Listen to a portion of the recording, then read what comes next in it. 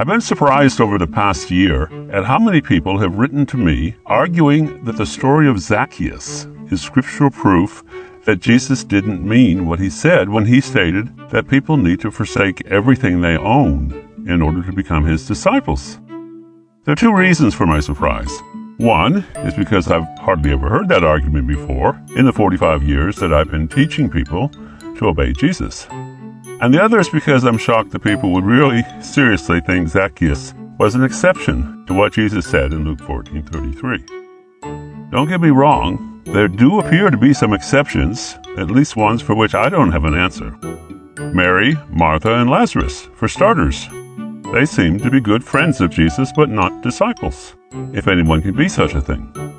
Then there are a few other guys, Nicodemus and Joseph of Arimathea in particular, that some of the gospel writers may have thought of as disciples, even though they not only never forsook all, but they also virtually denied Jesus by hiding their beliefs or by backing down when ordered to do so by enemies of Jesus. All Joseph was able to do for Jesus was to bury him, and Jesus, of course, vacated the tomb 3 days after he was put there anyway. But Zacchaeus? No way! All the evidence suggests he was the real deal. And here is where I want to make my strongest point. This point not only relates to Zacchaeus, but to all of the other people I just mentioned, who do not seem to fit the definition of a disciple that Jesus himself taught. Now I'm going to make that point with a rather shocking illustration. Suppose you know some people who play Russian roulette. You know, that sick game where you place a loaded bullet into one chamber of a six-shooter, spin the cartridge, then you point the gun to your head and you pull the trigger. Apparently, there have been people who seriously did that, on a dare I suppose, and some people have actually died as a result. But let's just say that you have a friend who has played the game 100 times and so far never shot himself. On that basis, do you think it's a fairly safe game to play? Do you see what I'm saying? Do you see how dangerous that kind of reasoning is? When something as important as your life is at stake, do you really want to risk it all on following someone who managed to survive despite breaking the rules? Do you want to take your chances on arguing with God that you assume Jesus didn't really mean what he said because you know somebody in the Bible who got away with not playing by his rules?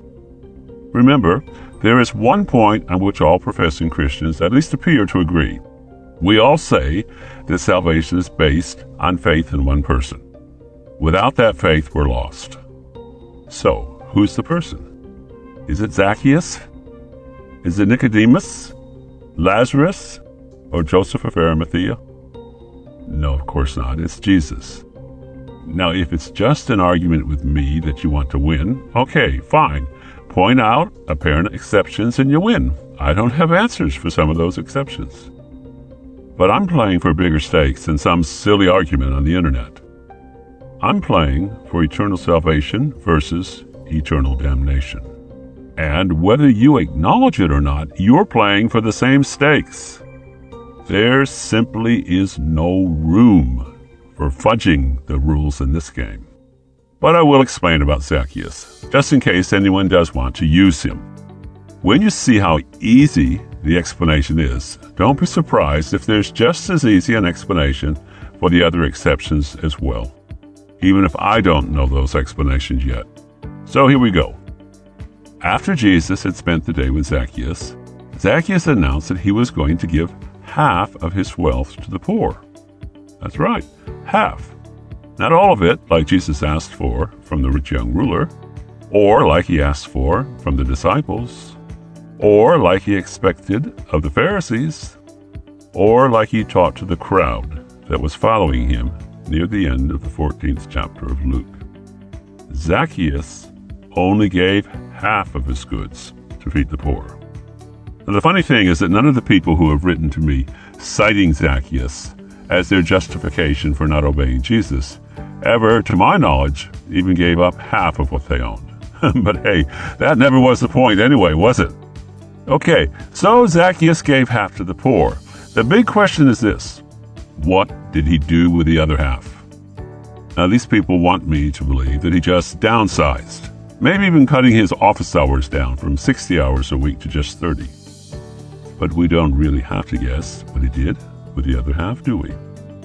It's written right there in the Bible if we'll take the time to read it and think about it. See, one of the reasons why tax collectors were so unpopular was because they were pretty crooked. Much of their profit came from overcharging citizens on what they really owed the Roman authorities. Anything they could extract above a certain amount was theirs to keep. Now let's say that throughout the course of his work as a tax collector, 6% of Zacchaeus' income came from overcharging people. That seems a fairly conservative figure, given how widespread this practice was. And let's say further that Zacchaeus was pretty careful with his money, spending only half of it on disposable items: food, clothing, entertainment, fuel, that sort of thing. So he still has 50% of everything he ever earned. Now he announces he's going to give half of that to the poor.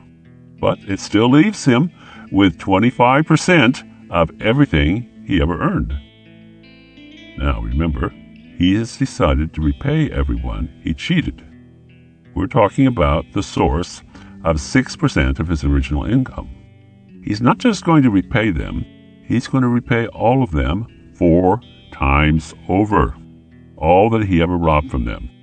Can you see where this is leading? 4 times 6% equals what? 24% of everything he ever earned. So he's going to give that to the people he robbed.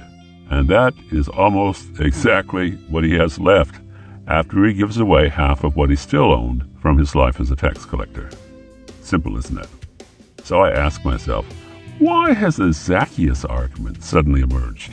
Why are so many people writing to me about it now? My guess is that someone, somewhere, perhaps on the internet, has suddenly started teaching it's a good justification for tossing out what Jesus said.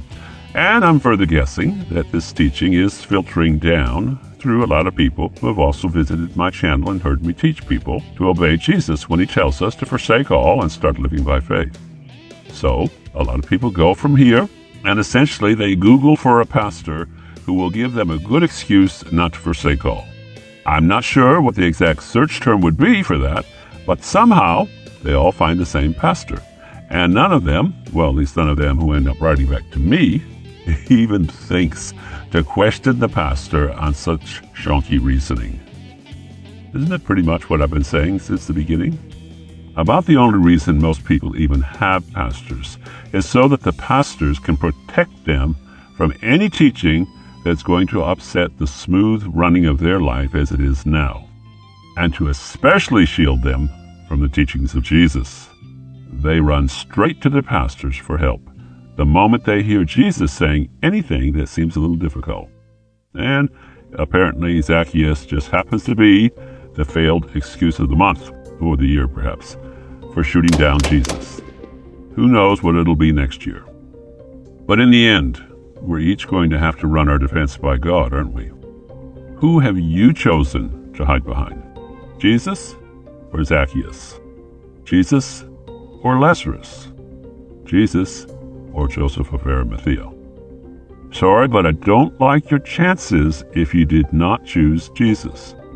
I realize it is possible to play Russian roulette 100 times and not shoot yourself, so go ahead, give it a try if you want to take that chance. But as for me and my house, we're going to trust the Lord. Amen.